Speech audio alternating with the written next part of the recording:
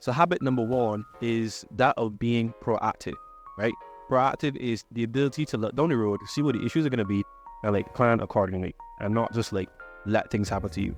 But your boy Jared was not always like this. How to put it? So I can give you a couple of examples. The foremost example is if I study, I can just say, well, I can try and study. I don't put my phone away. I don't make the environment more conducive.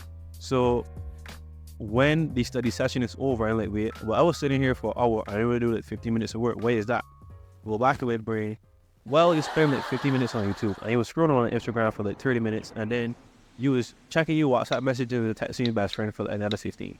So I don't know if that math add up, by the way, but like, but it kind of showed that instead of me looking down the road and saying, well, if I do not remove these distractions from my environment, I am not going to be as productive. I was just like, hey, let me just try it. And I just like did it aimlessly.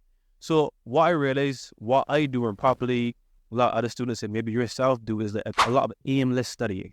It is not structured. You don't make sure you set aside distractions. Some days I went into study sessions not even knowing what I was going to study.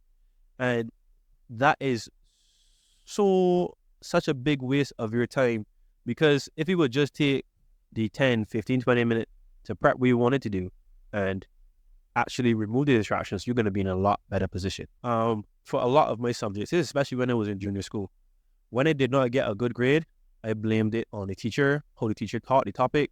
If a topic did not come on the promotion exam, I blamed the teacher because he or she did not tell me what were all the topics coming on an exam. And that's not the teacher's role. But I was just deflecting because in my heart, I knew I didn't do enough work to get the grades that I really wanted. But it was just so much easier to put the blame on someone else and give someone else the power, right? It was just a way to shift the blame or accountability onto somebody else so I could feel good in the moment and not have to accept that the reason I got these bad grades was actually because of myself and my own actions, right?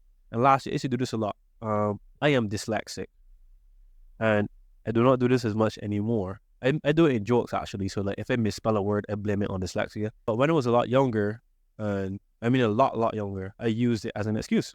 So like I got a question wrong in English, or I got like I did poor on a spelling test, even though like I didn't revise or learn how to spell the word properly in the first place. I resulted to saying, oh, I have dyslexia. That is reason why. And all these three situations, these three stories show that is a couple. Because being reactive means that you blame others for your choices. It means that you react to situations mainly based off emotion, right? So a lot of persons who are reactive instead of proactive make statements like these.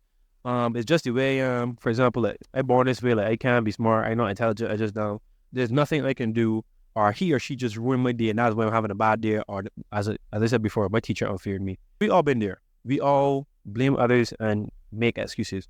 How could we actually be proactive, look down the road, see what the obstacles and the challenges are going to be, and properly prepare ourselves and put the onus on us rather than other people?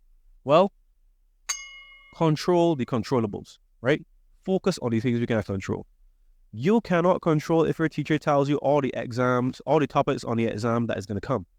In your heart, we all know these things that we need to do to change that are going to 2x, 3x, 10x our productivity and our time and our success, be academic or otherwise. So we just got to kind of like do those things. There are things that we can control. We can control our own behavior, our own thoughts, our own actions. We cannot control the actions, behaviors, and thoughts of other people. So yeah, you may have a sucky teacher, right?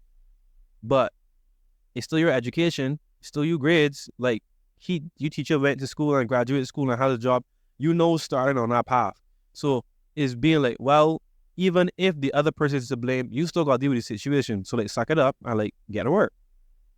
But also I can tell you another thing that is really big on being proactive. When you do decide to structure this time, again, be it to be studying, to do practicals, pass papers, whatever the case is, just to be productive as being a student, whatever that entails at the stage you're at, there's going to be a need to set boundaries. So for example, my friends are going to ask me to hang out at a certain time, and I got to prepare myself to say no. I know that my favorite show is at X time, So my favorite show is Chooses, and I have to watch it from 7 to 9. I should probably then revise from a section of time that is not 7 to 9 so that I do not get the urge to stop studying to go and watch my favorite TV show.